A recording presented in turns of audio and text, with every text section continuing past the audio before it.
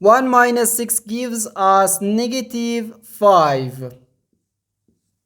And here we have 1 minus 9, which equals negative 8.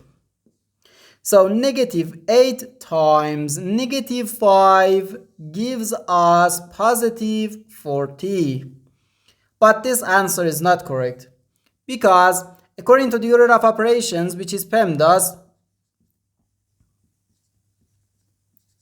P stands for parentheses, E stands for exponent, M and D stands for multiplication and division, and A and S stands for addition and subtraction.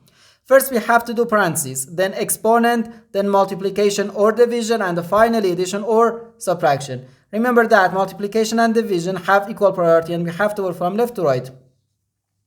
And the same applies to addition and subtraction. In this expression we have one subtraction, one multiplication, and one parentheses. Inside this parentheses we have one subtraction. Here we have a multiplication because in mathematics when a number is placed next to parentheses it means multiplication, and we usually don't write the multiplication sign for brevity.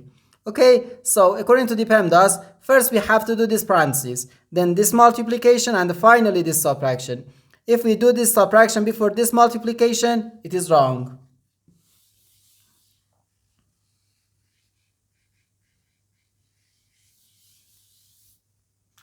So first we have to do this parentheses. Inside this parentheses we have 1 minus 6, which equals negative 5. So we have 1 minus 9, then times negative 5. Now in this expression we have one subtraction and one multiplication. According to the PEMDAS, multiplication has higher priority than subtraction because multiplication comes before subtraction. So here first we have to do this multiplication. 9 times negative 5 gives us negative 45. So we have 1 minus negative 45. Now negative times negative gives us positive. So we have 1 plus 45. And this is equal to 46.